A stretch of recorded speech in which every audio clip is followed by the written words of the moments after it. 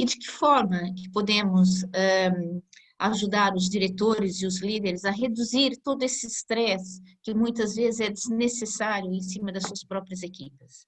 É uma pergunta muito importante também essa, Cristina, porque eu acho que nesse momento a escuta para o RH está mais alta.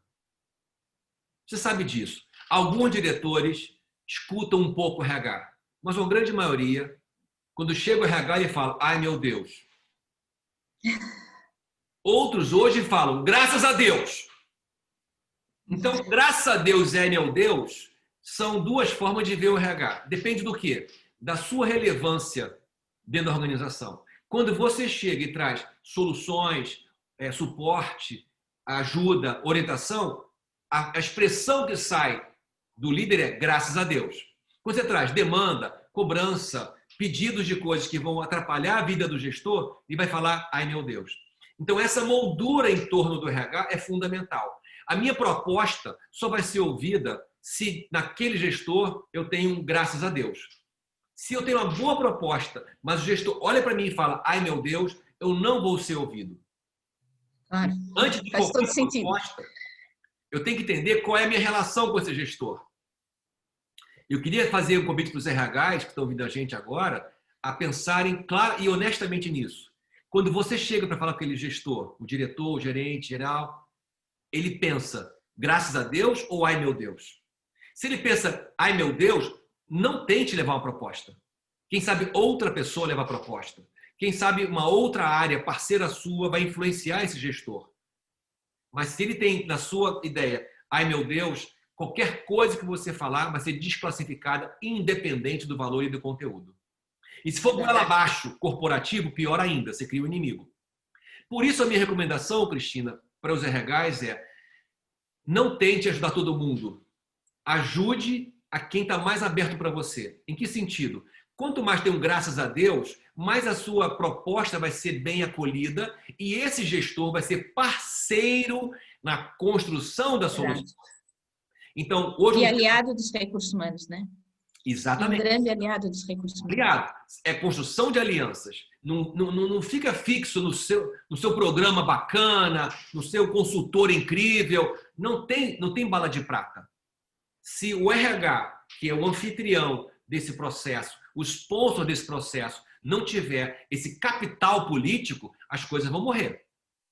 Eu falava ontem com o RH, bacana, dedicado, mas o presidente dele falou assim, vai ter que voltar na marra. Eu falei, cara, não tente lutar contra o presidente. Não tente bater braço porque, sabe, vai ter suicídio. Alerta no Setembro Amarelo, né? Mês de prevenção ao suicídio. Vai ter muito suicídio. Vai ter gente pirando, vai ter gente afastando por doença psiquiátrica, absenteísmo. Vai ter gente abrindo o processo de assédio moral contra a empresa. Vai ter um contra-onda enorme, porque o diretor não tem menor interesse em pessoas, tem interesses outros, diretor-presidente, outros, e esse gestor está preso na mão disso. Então, o que eu falei para ele? Procura os diretores embaixo do presidente, que são pessoas favoráveis, e fala para eles assim, quem são seus melhores gestores hoje? Estamos fazendo um trabalho de prevenção à perda de talentos. Como seria a sua vida se esses dois, três aqui fossem embora? A minha vida seria um inferno. Então, faça um programa para retenção dos melhores talentos de cada diretor. Com isso, você pega os melhores dos gestores mais favoráveis e consegue fazer alguma coisa de proteção da saúde mental. Quando o time desse gestor fica melhor, quando a área desse diretor fica melhor, outras áreas pedem a mesma coisa. Então, uma coisa importante para o RH é não tente dar comida para uma criança que não está com fome. Às vezes o importante não é cumprir o programa todo, o importante é cumprir pouco e bom, né? Porque depois isso vai por exemplos, né? É mais barato. Se uma coisa funciona, vai por exemplos a arrastar outras áreas. E eu acho que o RH tem que realmente conseguir vender esse lado de aliado, de verdadeiro parceiro. O ai meu Deus tem que ser dos recursos humanos dizer ai meu Deus, esse problema eu tenho que resolver, que é para quando chegar perto do diretor dizer ainda bem, ou a expressão que você me deu, graças a Deus, né? Portanto, e muitas vezes ainda sente que alguns diretores de recursos humanos se posicionam muito com ai meu Deus, né? Porque querem pôr aquilo que realmente a área não está preparada para receber. E esse é o trabalho que muitas vezes a gente vê em glória dentro das organizações, é de implementar um trabalho, e temos que implementar quando a organização não está toda preparada e igual. E poderia muito bem ser implementado por etapas. Exatamente. Nas áreas que estão preparadas, isso depois iria contaminando de forma positiva, tanto como a contaminação negativa, a contaminação positiva, pelos bons processos. Né? São estratégias, Cristina. É um pensamento lean, um pensamento de agilidade. Tentar fazer tudo com uma organização, hoje, me parece uma presunção. Por mais nobre que seja o programa, ele não atende a necessidade de toda a organização. É bonito, é mais fácil para o RH montar um programa e sair fazendo esse programa acontecer, mas para a necessidade, acredito que nós temos hoje menos tempo, menos dinheiro, pessoas que não aguentam mais ver Zoom, para assistir um Zoom tem que fazer um esforço enorme, porque o Zoom, a reunião virtual, ela aumenta o desgaste neurológico. Você ouviu falar sobre o stress, o stress do Zoom, que é isso, né? Eu vejo você aqui, vejo Camila, e se tiver uma sala com 20 pessoas, eu vejo 20 pessoas na tela. E o meu cérebro, ele registra as reações das pessoas. Se alguém desliga a câmera, tem um sinal. Se alguém balança a cabeça negativamente, tem um sinal. Se alguém balança afirmativamente, tem um sinal. E o cérebro registra tudo isso simultaneamente, automaticamente. Porque a gente aprendeu a fazer a relação com uma pessoa e, com essa relação, estabelecer um feedback automático pelas reações não verbais. Mas quando eu tenho 20 pessoas com não verbal na minha tela, eu tenho uma chuva, um tsunami de informações para o meu cérebro que depois de uma hora eu estou exausto. Ainda mais se eu tenho chefes ou tenho uma coisa importante acontecendo. Então, ninguém consegue imaginar que vai passar 8 horas de treinamento num Zoom e vai sair do outro lado andando. Não vai sair de maca para o hospital. Então, a metodologia de trabalho hoje tem que ter muito mais cuidado com o cansaço das pessoas e a relevância específica de cada tema. Por isso que pesquisa, Cristina, ajuda muito a gente. Porque na pesquisa eu não falo sobre a empresa, falo sobre a sua gerência, sobre a sua área, o impacto da sua atuação sobre o time. E isso é muito relevante para um gestor. É quase que uma consultoria individual. Dá trabalho, é cansativo para a gente como consultoria fazer isso? Mas para o participante nunca tive nada equivalente na minha vida. Sabe? Eu já escutei coisa assim, foi muito duro, professor, mas muito relevante. Por que é duro? Porque tem um exame de laboratório. Sua glicemia está em 300, sabe o que significa isso? Insulina. Seu colesterol bateu 800, sabe o que significa isso? Pré-CTI. Então, assim, você tem um exame laboratorial e, como médico, eu tenho uma forma de colocar a coisa bastante cuidadosa, porém inegável, porém contundente, que vai gerar esse movimento necessário para a mudança. Esse é outro ponto importante da estratégia.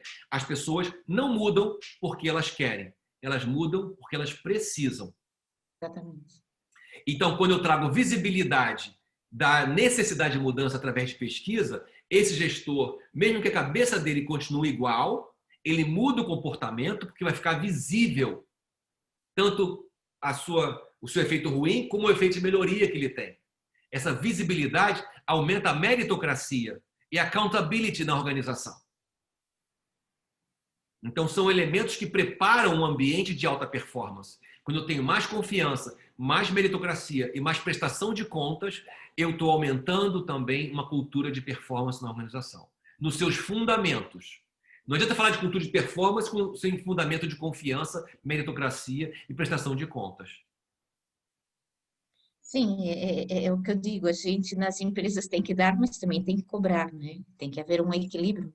O reconhecimento existe, mas a cobrança também tem que existir, né? Assim é que se faz uma organização, assim que se faz um indivíduo, é assim que é a vida social, né? Uhum. E realmente o indivíduo só consegue melhorar se ele tiver verdadeiramente a noção e a certeza de que os problemas dele são esses. Enquanto ele não se deparar com a realidade dele, ele não consegue interiorizar o processo de mudança. Isso acontece muito no coaching. Esse é o ponto difícil de um diretor, de um presidente. Depois de tantos anos subindo e tendo uma função elevada e tendo resultados e tendo a sua conta bancária, o seu bônus, ele para de escutar.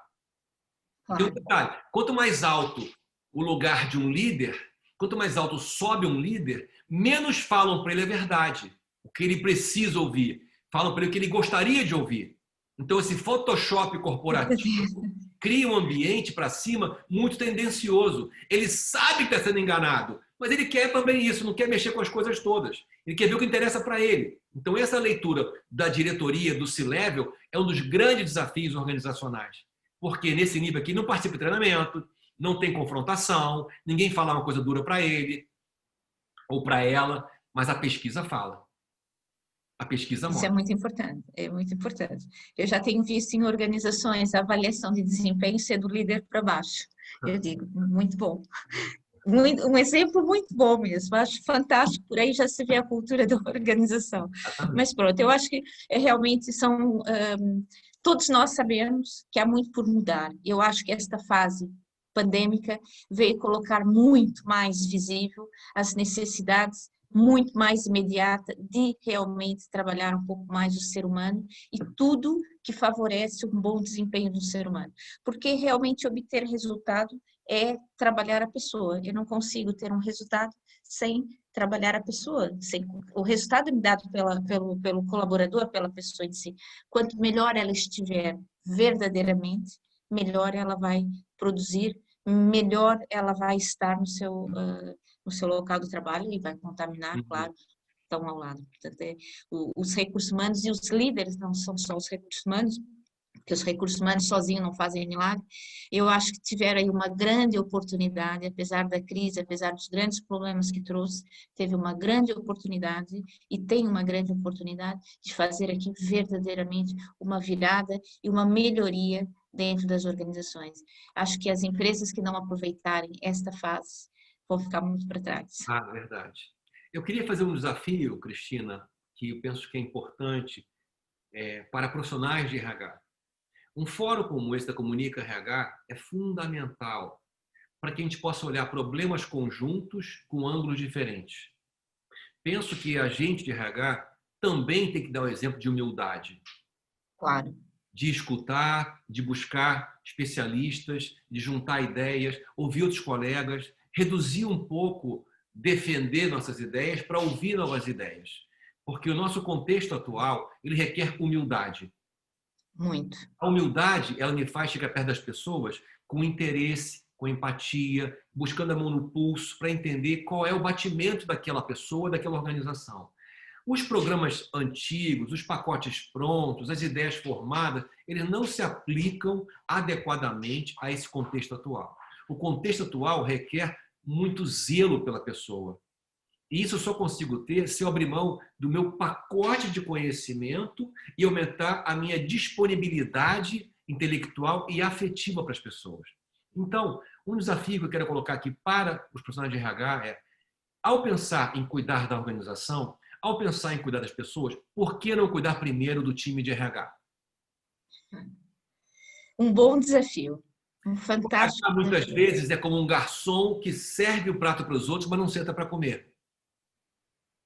É verdade. E muitas vezes os recursos humanos pedem ajuda externa e não estão preparados para recebê-las.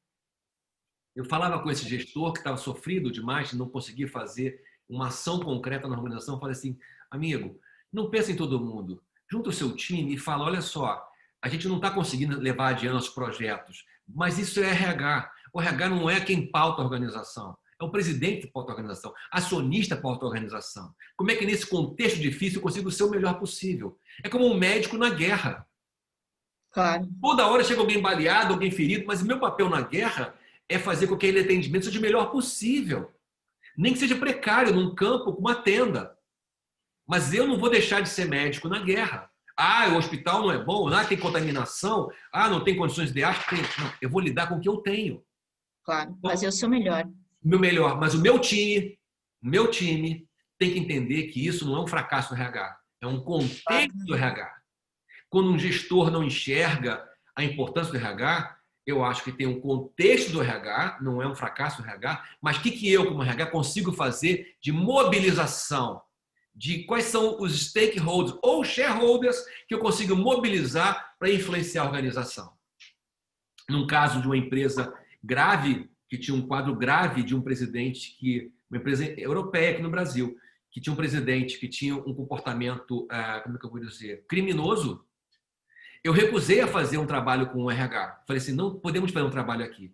Todo trabalho aqui vai estar corroborando, o RH que me contou a história, corroborando um presidente que tem uma aliança nociva na Europa. Não vou nem falar o país para não dar problema. Sugiro você procurar um caminho de assessoria de imprensa, alguma coisa, e deixar vir uma pressão de fora para a organização. Porque aqui dentro a gente não consegue fazer isso. Treinar pessoas para viverem satisfeitos num ambiente tóxico é um dinheiro desonesto. Não vai gerar mudança. Fazer um trabalho que você sabe que não vai funcionar e fazer para ganhar dinheiro é desonesto. É desonesto. Eu falei, não posso fazer esse trabalho, isso não vai funcionar. Não acredito que isso vai funcionar. Enquanto tem esse presidente aqui, você tem um sequestro moral na organização. Eu participei na Petrobras, que foi uma empresa brasileira, a maior da América Latina, de óleo e gás, e foi sequestrada por um grupo de corruptos bastante especializado em aparelhar e infiltrar na organização. E foi muito duro de ver que as pessoas que estavam ali viviam uma vergonha, não sei mais crachar na rua. Com vergonha acontecia na organização. Quando foi a público, maior escândalo da história da humanidade, com maior volume de dinheiro. As pessoas, e quando eu tinha um treinamento com elas, na fundação que eu faço parte, o meu foco com elas era falar, isso vai passar. A sua história, o seu valor não está marcado por o que acontece aqui. Foi muito trabalho de acolhimento dessas pessoas e de criar grupos de suporte para aguentar a humilhação do sequestro moral que a empresa viveu. Tem alguns momentos, a gente não consegue mudar o sistema, mas tem que preservar o mínimo a lucidez e a dignidade das pessoas. Você falou uma coisa muito importante, Cristina, que estamos numa janela de oportunidade da humanidade. E o RH tem que estar nessa janela, tem que estar atento para isso, tem que ser o porta-voz dessa mudança, o primeiro a falar e não o último a seguir, para olhar para o que está acontecendo e falar, sim, estamos entrando num novo tempo onde as pessoas são mais importantes do que as coisas. E essas pessoas mais conectadas, mais engajadas, com mais confiança, têm menos compliance, menos custo, menos adoecimento, menos erro, mais inovação, mais alegria, mais disposição, mais orgulho, mais branding. Então tem mais resultado. Mas isso é uma verdade que tem que ser mesmo absoluta. Não pode ser só uma verdade que é dito normalmente no final do ano, nas festas de Natal, né?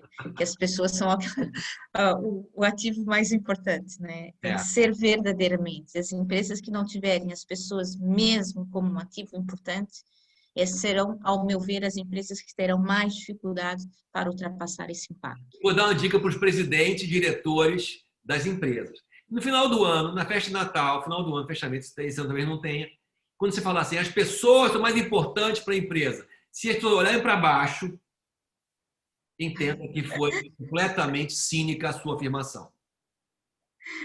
Se coçar o nariz, olhar para baixo, olha para as pessoas quando você fala uma frase como essa. Você vai ter um diagnóstico comportamental, fenomenológico de grupo. Tem nem que fazer pesquisa. Verdade, verdade. Ok. Professora, eu não sei se... Eu gostei imenso, não sei se tem mais alguma coisa a acrescentar dentro dessas perguntas. Foi um contributo fantástico, fabuloso, uma forma diferente também de ver, porque estamos aqui às vezes muito à espera de muitos termos, muito técnico, muitos processos, e realmente estamos numa fase de falar muito de pessoas, e eu acho que conseguiu trazer isso de uma forma muito verdadeira e muito simples. Gostaria de voltar a falar consigo mais vezes, de colocarmos aqui novos desafios. Da minha parte foi um prazer enorme pela Comunica RH, eu acho que são momentos desses que precisamos e que temos que promover mais. E estamos aqui abertos para aquilo que seja necessário e que queira também nos propor. Cristina, muito obrigado por esse tempo. Também agradeço a Camila Reis, que está aqui com a gente, que fez essa ponte com a gente. Camila é uma brasileira fantástica, está indo morar em Portugal em breve. Temos Estou esperando ela ansiosamente. E essa ponte, né, via digital, nos aproxima mais ainda. Certamente um prazer quando pudermos estar juntos em Portugal. Eu quero dizer para vocês que esse momento é um momento de muita busca conjunta de soluções. não só dentro do RH, mas nas organizações. Eu digo isso que o diagnóstico é muito importante, o passo a passo é muito importante. As grandes soluções, soluções mágicas, balas de prata, são coisas perigosas nesse momento. Eu quero recomendar humildade e pensamento coletivo, fóruns de discussão, grupos de intranet que alimentem dados, pesquisas que mostrem o que acontece com a mente das pessoas e a vida real delas, para que a gente possa ir construindo esse mosaico novo sem um template velho. Isso é... Sim, desculpa. A grande oportunidade é essa, a gente conseguir usar esse momento de impacto tão grande na humanidade, porque o impacto ele faz como se fosse um jato de fogo numa barra de ferro. A barra de ferro fica mole. Mas quando passar o fogo, a posição que você deixar a barra de ferro vai ficar. Então, o novo desenho que você vai deixar agora, o novo modelo que você vai deixar agora com esse fogo desse momento, é o que vai prevalecer na organização por muito tempo. Então, quero recomendar aos colegas RH que busquem inteligência coletiva, suporte, o Comunica RH tem um papel fundamental nisso, para que a gente possa olhar e criar um pensamento crítico e empático. E, no fundo, cuidar melhor das pessoas. Não é uma visão romântica essa, não é uma visão clichê, porque a gente precisa muito de cuidar dessas pessoas que estão sofrendo há muito tempo na pior experiência profissional dos últimos, pelo menos até a Segunda Guerra Mundial, dos últimos 60, 70 anos de experiência. Né? Não estamos falando de uma visão esotérica, estamos falando de uma visão mesmo humanitária, né? Exatamente. De olhar mesmo para o indivíduo. Nós queremos exatamente que a Comunica RH seja essa ponte que ligue os profissionais, que ligue as empresas, que traga aqui estudos e que nos procurem para fazer exatamente fóruns e palestras em que possam unificar aqui as várias realidades, porque é o partilhar as realidades que nós podemos aproveitar um pouquinho de cada para reforçar aquilo que é o mais importante para cada país, né? Que é o mais importante para cada empresa. Muito obrigado. Ok. Eu agradeço. Camila, obrigada mais uma vez. Professor, mais uma vez, foi um prazer. Estamos à disposição e até uma próxima. Fico aguardando esse convite para falar sobre cultura. Temos mergulhos muito interessantes nesse momento e acho que é um pensamento estratégico do RH.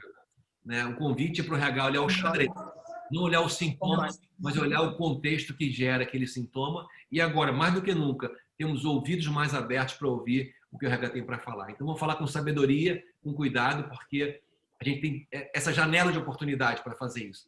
Muito obrigado mais uma vez, Cristina, Camila. Obrigada.